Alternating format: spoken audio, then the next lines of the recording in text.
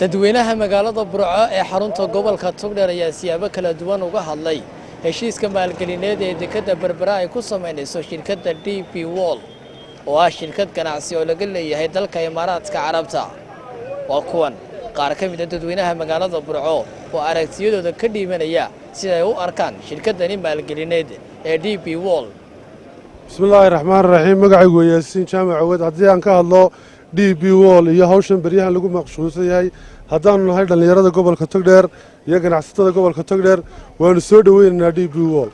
Itoobiya sheerka ay ku leedahay 19ka haddaanu nahay gobolka Togdheer waanu ku faraxsanahay. sababta aan ugu faraxsanahay waxa weeye Itoobiya iyo Somaliland haddii ay wax iska shadaan horumar bay gaarayaan wadankani. cabashadii laga cabanayay Itoobiya iyo baasaboorradii iyo waxyaalihii iyo xuduudkii laga cabanayay dadka lagu baabiinayay haddii Itoobiya 19 la gashato gaariga Burco ka dhaqaaqay sabab bireek ku qabanaya sidee baad u aragtaa shirkadda DP World ee maalgelinta ku sameynaysa dekada Berbera? waxaan u arkaa horumar dalka ku soo kordhay iyo arrin Somaliland horumar wahayo iskaashi caalami oo dadku isku raacsan Somaliland dhamaan waan taageersanay sidee baad u aragtaa shirkadda DP World ee maalgelinta ku bismillaahir rahmaanir rahiim shirkadda DP World la reegi iyo Beerayo World waa gumaysi hor leh dabadana waxa ka wada Sacuudi Arabiya iyo Masar marka waxay u diiday xitaa dadkii ahaa xamaalatada shaqayn lahaa ayay shaqadii u diiday waa DP World way ku wareegtay militarigeeda baa imanaya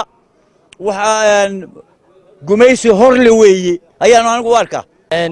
shirkadda DP World ee maalgelinta ku sameynaysa dekada Berbera sidee baad u aragtaa muwaadin? shirkadda DP World ee maalgelinta sameynaysa aad iyo aad baan u soo dhaweynaynaa anoo ku hadlaya afka dhalinyarada. sidee baad u aragtaa shirkadda DP World ee maalgelinta ku sameynaysa dekada Berbera? waxaan u arkaa inay dib noo soo wado haddayiin carab iyo haddayiin Itoobiyaanba marka ma taageerayno. sidee baad u aragtaa shirkadda maalgelineed ee DP World ee maalgelinta ku sameynaysa dekada Berbera? waxaan u arkaa shirkadda inay tahay wax soo kordhay oo inoo soo kordhay guul noo soo kordhay waan u arkaa arrinka horta DP World horta dalku maanta waynu ognahay wuxuu u baahan yahay waxqabad iyo tacab in la geliyo marka horta wixii wax qabanayo kasta ama DP World ha ahaato ama cid kale ha ahaatee wixii wax soo kordhinaya gacmo furan baynu ku soo dhaweynaynaa. aan ka hadlo mashruucan DP World dekada maalgashiga Itoobiya iyo Imaaraadka iyo Somaliland waa mashruuc dalkeena horumar wanaagsan gaarsiin karaya dadkeena way baahiyaan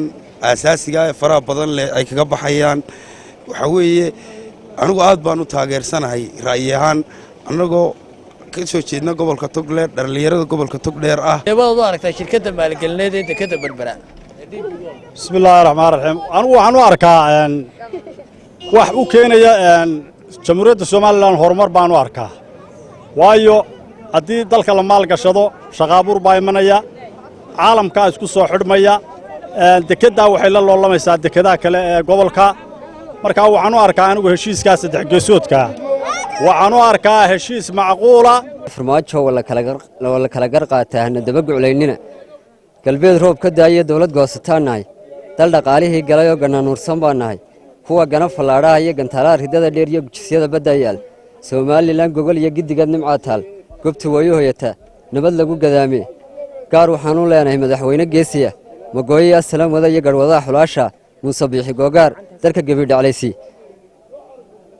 sida xamar ma gaylamo amisom gadaan dheer iyo al-shabaabku nama gubo nama gabagabeeyaan geeska iyagu waa nabad. maxaad leedahay shirkadda waxaan leeyahay shirkadda anigu waxaan u arkaa in aanay wax nusqaana lahayn baan u arkaa.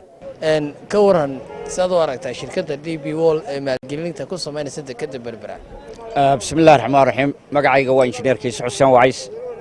waxaan ka hadlayaa raayigayga waxaan u arkaa DP wadaway board dalka weyn wuxuu u baahan yahay marka hore horta horumar iyo mashaariic uu u baahan yahay halkii haddaba maanta laga filayo horumar inuu dalka iyo dadkuba ay gaaraan